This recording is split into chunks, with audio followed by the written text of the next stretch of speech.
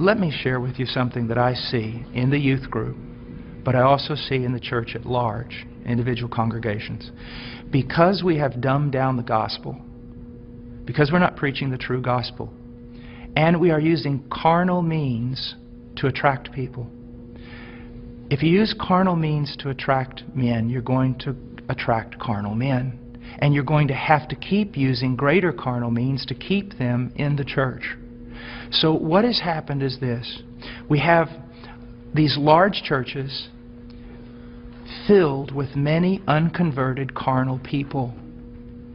But in those churches, we also have this small group of people that honestly want Christ. And they honestly want His Word. And they honestly want to be transformed. They don't need anything else. All they need is true worship of the true God and Scripture being preached to them and lived out before them. That's what they want. Now I want to tell you the great sin of the American pastor. And this has got me in a lot of trouble, but it's true. This small group of converted people in that local church, all they want is Jesus. And all they want to do is the right thing. They want purity, they want truth, they want Christ.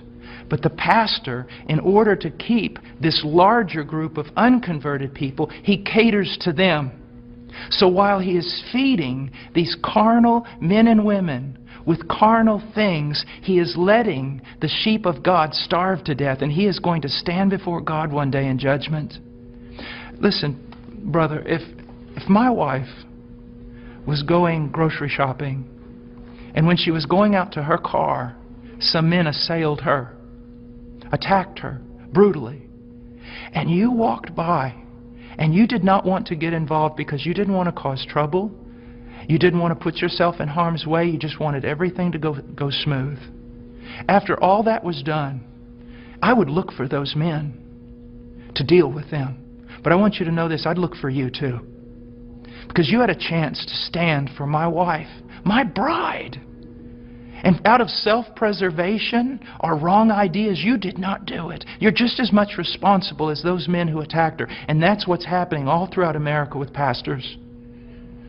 It's the bride of Christ. There are sheep in all these churches, many of them, even churches that seem somewhat heretical in places. You'll usually find a group of people who truly want Christ, but the leadership is catering to the carnal and letting the bride of Christ starve to death, impoverished. And that is wrong. And there's going to be judgment for it. And the same thing is happening to the youth. I know young people that say, you know, Brother Paul, I listen to you all the time. And I said, well, what about your church? He goes, well, they don't preach this. It's not what the other young people want. And so they give them what they want. I'm starving to death.